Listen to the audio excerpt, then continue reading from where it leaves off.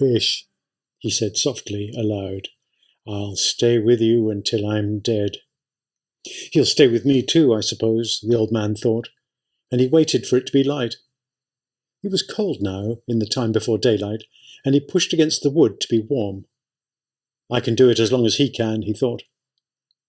And in the first light the line extended out and down into the water. The boat moved steadily, and when the first edge of the sun rose, it was on the old man's right shoulder. "He's headed north," the old man said. "The current will have set us far to the eastward," he thought. "I wish he'd turn with the current. That would show that he was tiring." When the sun had risen further, the old man realized that the fish was not tiring. There was only one favourable sign. The slant of the line showed he was swimming at a lesser depth. That did not necessarily mean that he would jump, but he might. "God, let him jump," the old man said. "I have enough line to handle him."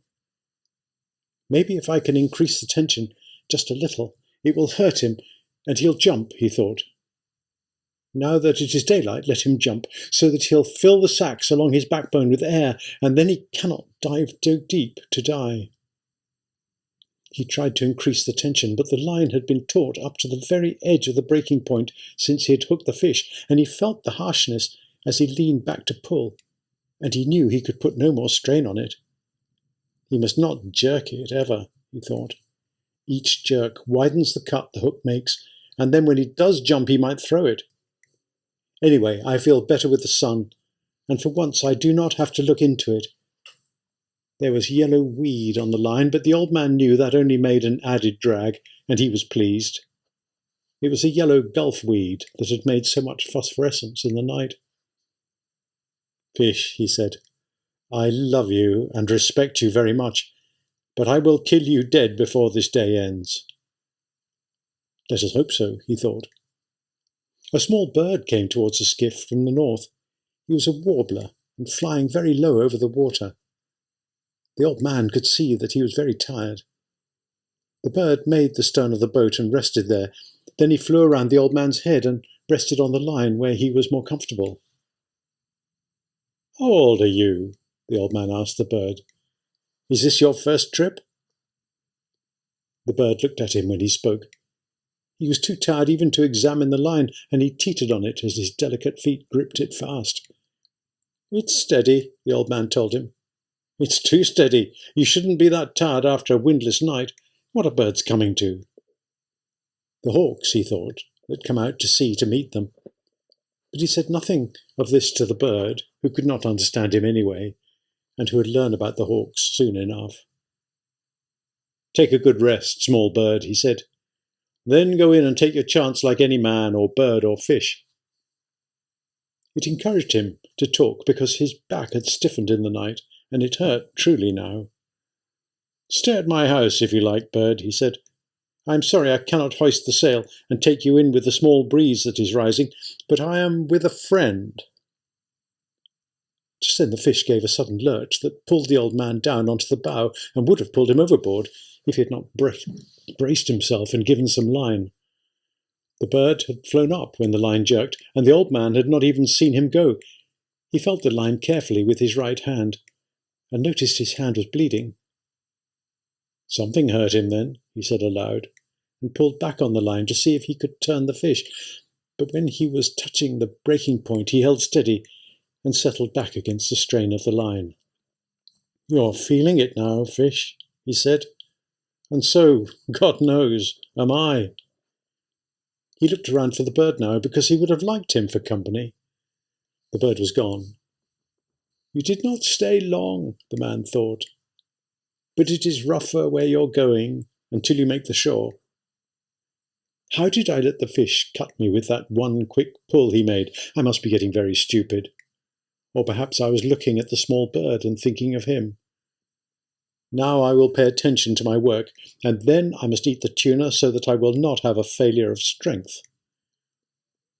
"I wish the boy were here and that I had some salt," he said aloud, shifting the weight of the line to his left shoulder, and kneeling carefully, he washed his hand in the ocean and held it there, submerged, for more than a minute, watching the blood trail away, and the steady movement of the water against his hand as the boat moved. "He has slowed much," he said. The old man would have liked to keep his hand in the salt water longer, but he was afraid of another sudden lurch by the fish, and he stood up and braced himself and held his hand up against the sun. It was only a line burn that had cut his flesh, but it was in the working part of his hand. He knew he would need his hands before this was over, and he did not like to be cut before it started. "Now," he said, when his hand had dried, "I must eat the small tuna. I can reach him with the gaff and eat him here in comfort." He knelt down and found the tuna under the stem with the gaff and drew it toward him, keeping it clear of the coiled lines. Holding the line with his left shoulder again, and bracing his left hand and arm, he took the tuna off the gaff hook and put the gaff back in place. He put one knee on the fish and cut strips of dark red meat longitudinally from the back of the head to the tail. They were wedge-shaped strips, and he cut them from next to the backbone, down to the edge of the belly. When he had cut 6 strips, he spread them out on the wood of the bow, wiped his knife on his trousers, and lifted the carcass of the bonito by the tail and dropped it overboard. "I don't think I can eat an entire one," he said, and drew his knife across one of the strips. He could feel the steady, hard pull of the line, and his left hand was cramped. It dropped tight on the heavy cord, and he looked at it in disgust. "What kind of a hand is that?" he said. "Cramp then if you want. Make yourself into a claw. It'll do you no good." "Come on," he thought, and looked down into the dark water at the slant of the line. "Eat it now, and it will strengthen the hand. It's not the hand's fault, and you have been many hours with the fish. But you can stay with him forever. Eat the bonito now." He picked up a piece and put it in his mouth and chewed it slowly. It was not unpleasant. Chew it well, he thought, and get all the juices. It would not be hard to eat with a little lime, or with lemon, or with salt. "How do you feel, hand?" he asked, the cramped hand that was almost as stiff as rigor mortis. "I'll eat some more for you." He ate the other part of the piece that he had cut in two. He chewed it carefully, and then spat out the skin. "How does it go, hand? Or is it too early to know?" He took another full piece and chewed it. "It's a strong, full-blooded fish," he thought. "I was lucky to get him instead of a dolphin. Dolphin is too sweet. This is hardly sweet at all the strength is still in it." "There's no sense in being anything but practical, though," he thought. "I wish I had some salt. And I do not know whether the sun will rot or dry what is left, so I had better eat it all, although I am not hungry. The fish is calm and steady. I will eat it all, and then I will be ready." "Be patient, hand," he said. "I do this for you." I wish I could feed the fish, he thought. He's my brother, but I must kill him, and keep strong to do it. Slowly and conscientiously he ate all of the wedge-shaped strips of fish. He straightened up, wiping his hand on his trousers. "Now," he said, "you can let the cord go, hand, and I will handle him with the right arm alone until you stop that nonsense." He put his left foot on the heavy line that the left hand had held, and lay back against the pull against his back. "God help me to have the cramp go," he said, "because I do not know what the fish is going to do." But he seems calm, he thought, and following his plan. But what is his plan, he thought, and what is mine? Mine I must improvise to his because of his great size. If he will jump, I can kill him, but if he stays down forever, then I will stay down with him forever. He rubbed the cramped hand against his trousers and tried to gentle the fingers, but it would not open. Maybe it'll open with the sun, he thought. Maybe it will open when the strong, raw tuna is digested. If I have to have it, I will open it, cost whatever it costs. But I do not want to open it now by force. Let it open by itself and come back of its own accord. After all, I abused it much in the night when it was necessary to free and untie the various lines. He looked across the sea and knew how alone he was now. But he could see the prisms in the deep dark water and the lines stretching ahead and the strange undulation of the calm. The clouds were building up now for the trade wind, and he looked ahead and saw a flight of wild ducks etching themselves against the sky over the water, then blurring, then etching again, and he knew no man was ever alone on the sea. He thought of how some men feared being out of sight of land in a small boat, and knew they were right in the months of sudden bad weather, but now they were in hurricane months, and when there are no hurricanes, the weather of hurricane months is the best of all the year. If there's a hurricane, you always see the signs of it in the sky for days ahead, if you're at sea. They do not see it ashore because they do not know what to look for, he thought. The land must make a difference, too, in the shape of the clouds. But we have no hurricane coming now. He looked at the sky and saw the white cumulus built like friendly piles of ice cream, and high above were the thin feathers of the cirrus against the high September sky. "Light breezer," he said. "Better weather for me than for you, fish." His left hand was still cramped, but he was unknotting it slowly. "I hate a cramp," he thought. "It is a treachery of one's own body. It is humiliating before others to have a diarrhea from ptomaine poisoning or to vomit from it, but a cramp," he thought of it as a calamity, humiliates oneself, especially when one is alone. If the boy were here, he could rub it for me and loosen it down from the forearm, he thought, but it will loosen up. Then with his right hand he felt the difference in the pull of the line before he saw the slant change in the water. Then, as he leaned against the line and slapped his left hand hard and fast against his thigh, he saw the line slanting slowly upward. "He's coming up," he said. "Come on, hand, please come on." The line rose slowly and steadily, and then the surface of the ocean bulged ahead of the boat, and the fish came out. He came out unendingly, and the water poured from his sides. He was bright in the sun, and his head and back were dark purple, and in the sun the stripes on his sides showed wide and a light lavender. His sword was as long as a baseball bat, and tapered like a rapier, and he rose his full length from the water, and then re-entered it smoothly, like a diver. And the old man saw the great scythe blade of his tail go under, and the line commenced to race out. "He's 2 feet longer than the skiff," the old man said. The line was going out fast but steadily, and the fish was not panicked. The old man was trying with both hands to keep the line just inside of breaking strength. He knew that if he could not slow the fish with a steady pressure, the fish could take out all the line and break it. He is a great fish, and I must convince him, he thought. I must never let him learn his strength or what he could do if he made his run. If I were him, I would put in everything now and go until something broke, but thank God, they are not as intelligent as we who kill them, although they are more noble and more able. The old man had seen many great fish. He had seen many that weighed more than 1,000 pounds, and he had caught 2 of that size in his life, but never alone. Now, alone, and out of sight of land, he was fast to the biggest fish that he had ever seen, and bigger than he had ever heard of, and his left hand was still as tight as the gripped claws of an eagle. "It will uncramp, though," he thought.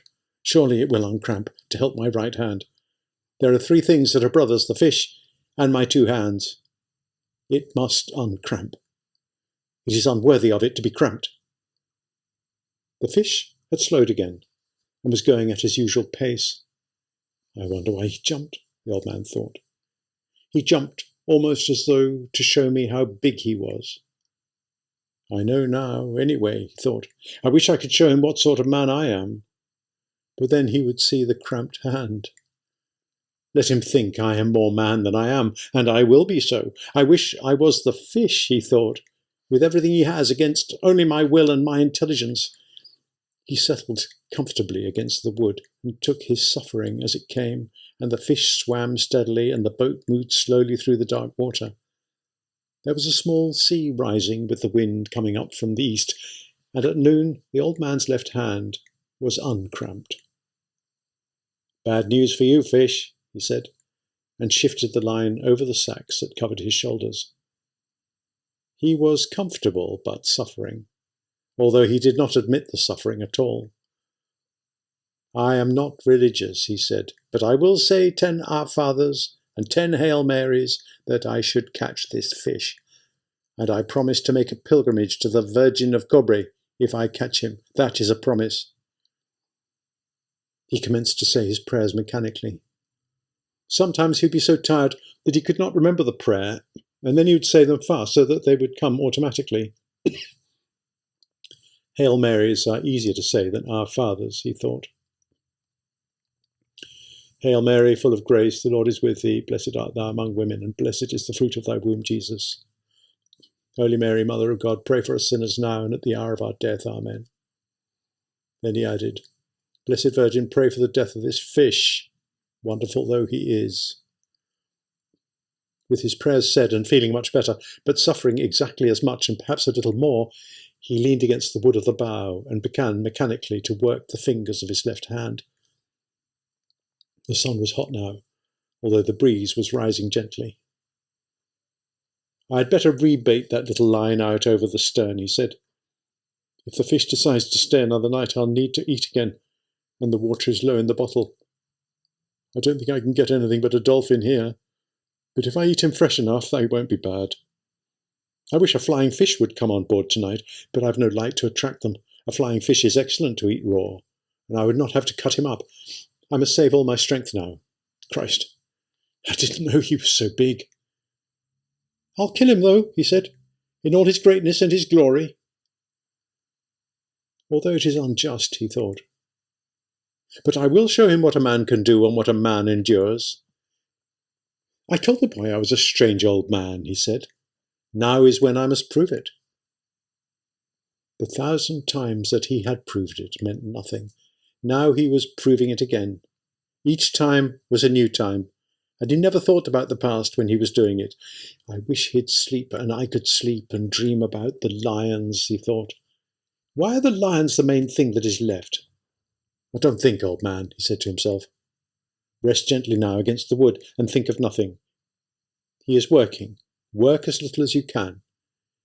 It was getting into the afternoon and the boat still moved slowly and steadily, but there was an added drag now from the easterly breeze, and the old man rowed gently with the small sea, and the hurt of the cord across his back came to him easily and smoothly. Once in the afternoon the line started to rise again, but the fish only continued to swim at a slightly higher level. The sun was on the old man's left arm and shoulder and on his back, so he knew the fish had turned east of north. Now that he had seen him once, he could picture the fish swimming in the water with his purple pectoral fins set wide as wings and the great tail erect, slicing through the dark. I wonder how much he sees at that depth, the old man thought. His eye is huge, and a horse with much less eye can see in the dark. Once I could see quite well in the dark. Well, not in the absolute dark, but almost as a cat sees. The sun and his steady movement of his fingers had uncramped his left hand now completely, and he began to shift more of the strain to it, and he shrugged the muscles of his back to shift the hurt of the cord a little. If you're not tired, fish, he said aloud, you must be very strange. He felt very tired now, and he knew the night would come soon, and he tried to think of other things. He thought of the big leagues. To him they were the Grand Ligas, and he knew that the Yankees of New York were playing the Tigres of Detroit. This is the second day now that I do not know the result of Juegos, he thought, but I must have confidence, and I must be worthy of the great DiMaggio, who does all things perfectly, even with the pain of the bone spur in his heel. What is a bone spur? He asked himself. Un espuela do hueso. I do not have them. Can it be as painful as the spur of a fighting cock in one's heel? I do not think I could endure that. Or the loss of the eye and of both eyes and continue to fight as the fighting cocks do. Man is not much beside the great birds and beasts. Still, I'd rather be that beast down there in the darkness of the sea. Unless sharks come, he said aloud. If sharks come, God pity him, and me. Do you believe the great DiMaggio would stay with the fish as long as I will stay with this one? He thought. I'm sure he would, and more, since he is young and strong. Also, his father was a fisherman. But would the bone spur hurt him too much? I do not know, he said aloud. I never had a bone spur. As the sun set, he remembered, to give himself more confidence, the time in the tavern at Casablanca when he had played the hand game with the great negro from Cienfuegos, who was the strongest man on the docks. They had gone one day and one night with their elbows on a chalk line on the table and their forearms straight up and their hands gripped tight. Each one was trying to force the other's hand down onto the table. There was much betting, and people went in and out of the room under the kerosene lights, and he looked at the arm and hand of the negro and at the negro's face. They changed the referees every 4 hours after the first 8 or so, that the referees could sleep. Blood came out from under the fingernails of both his and the negro's hands, and they looked at each other in the eye, and at their hands and forearms, and the betters went in and out of the room and sat on high chairs against the wall and watched. The walls were painted bright blue, and were of wood, and the lamps threw their shadows against them. The negro's shadow was huge, and it moved on the wall as the breeze moved the lamps. The odds would change back and forth all night, and they fed the negro rum and lighted cigarettes for him. Then the negro, after the rum, would try for a tremendous effort, and once he had the old man, who was not an old man then, but was Santiago el Campeon, nearly 3 inches off balance. But the old man had raised his hand up to dead even again. He was sure then that he had the negro, who was a fine man and a great athlete, beaten. And at daylight, when the betters were asking that it be called a draw and the referee was shaking his head, he had unleashed his effort and forced the hand of the negro down and down till it rested on the wood. The match had started on a Sunday morning and ended on a Monday morning.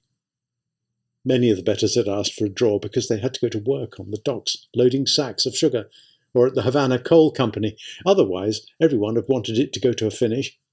But he had finished it anyway, and before anyone had to go to work. For a long time after that, everyone had called him the champion, and there had been a return match in the spring, but not much money was bet, and he'd won it quite easily, since he'd broken the confidence of the negro from Cienfuegos in the first match. After that, he had a few matches, and then no more. He decided he could beat anyone if he wanted to badly enough, and he decided that it was bad for his right hand for fishing. He tried a few practice matches with his left hand, but his left hand had always been a traitor, and would not do what he called on it to do, and he did not trust it. The sun will bake it out well now, he thought. It should not cramp on me again unless it gets too cold in the night. I wonder what this night will bring.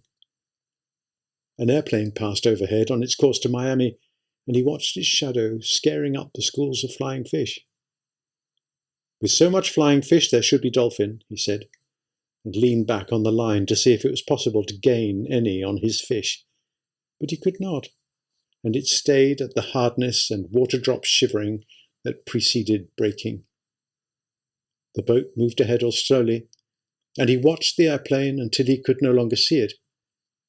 It must be very strange in an airplane, he thought. I wonder what the sea looks like from that height. They should be able to see the fish well, but they do not fly too high.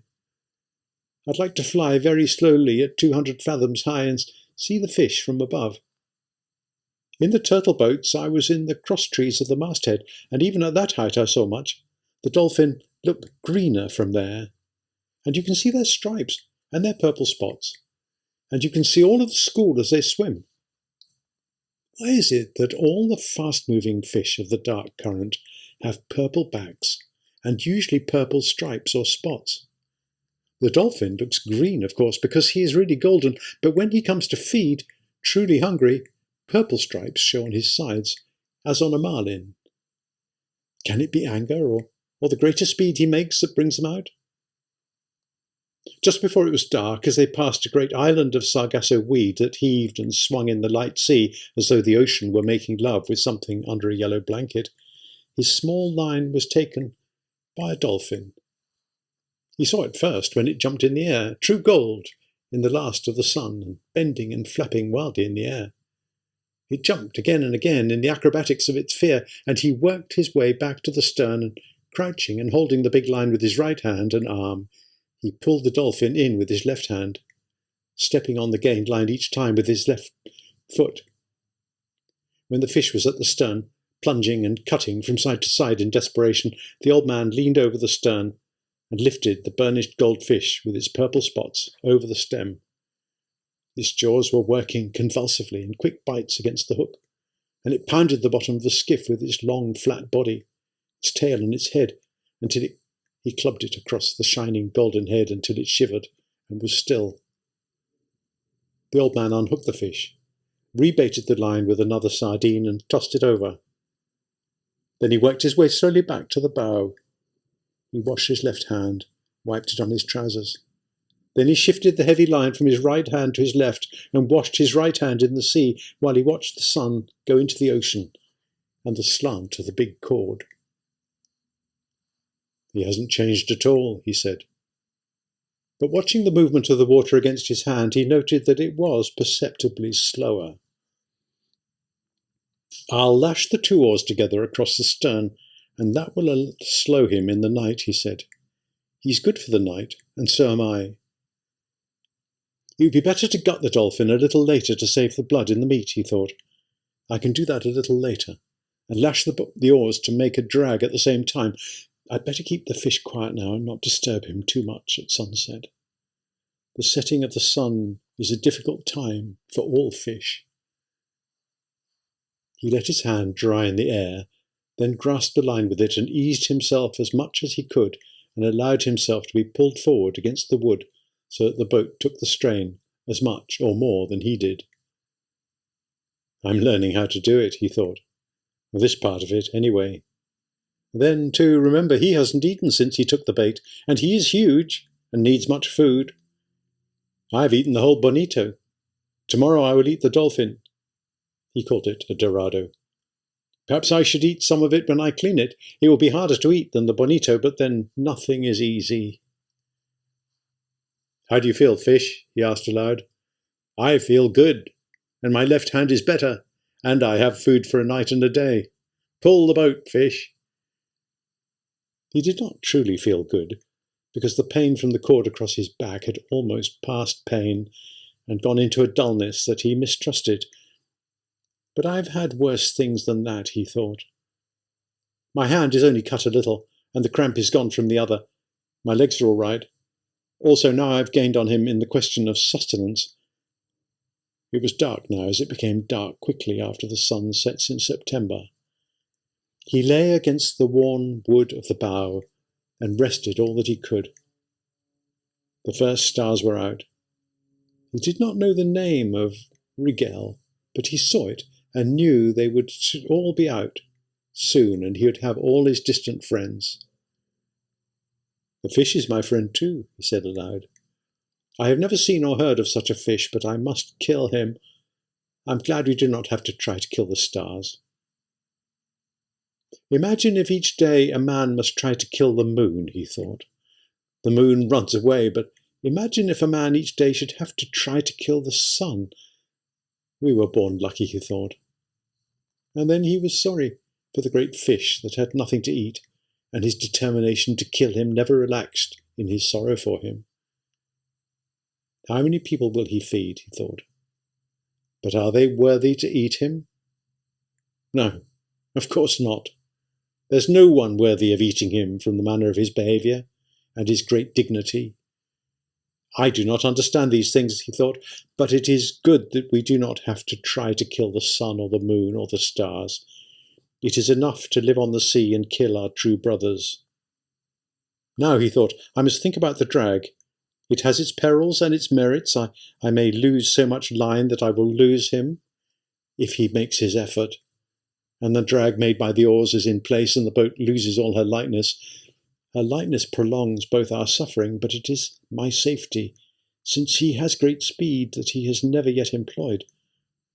No matter what passes, I must gut the dolphin, so he does not spoil, and eat some of him to be strong. Now I will rest for an hour more, and feel that he is solid and steady before I move back to the stern to do the work, and make the decision.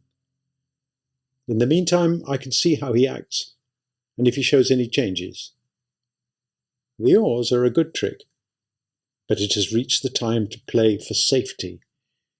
He is much fish still, and I saw that the hook was in the corner of his mouth, and that he has kept his mouth tight shut. The punishment of the hook is nothing. The punishment of hunger, and that he is against something that he does not comprehend, is everything. Rest now, old man. Let him work until your next duty comes. He rested for what he believed to be 2 hours. The moon did not rise now until late, and he had no way of judging the time, nor was he really resting, except comparatively. He was still bearing the pull of the fish across his shoulders, but he placed his left hand on the gunwale of the bow and confided more and more of the resistance to the fish, to the skiff itself. How simple it would be if I could make the line fast, he thought. But with one small lurch he could break it. I must cushion the pull of the line with my body, and at all times be ready to give line with both hands.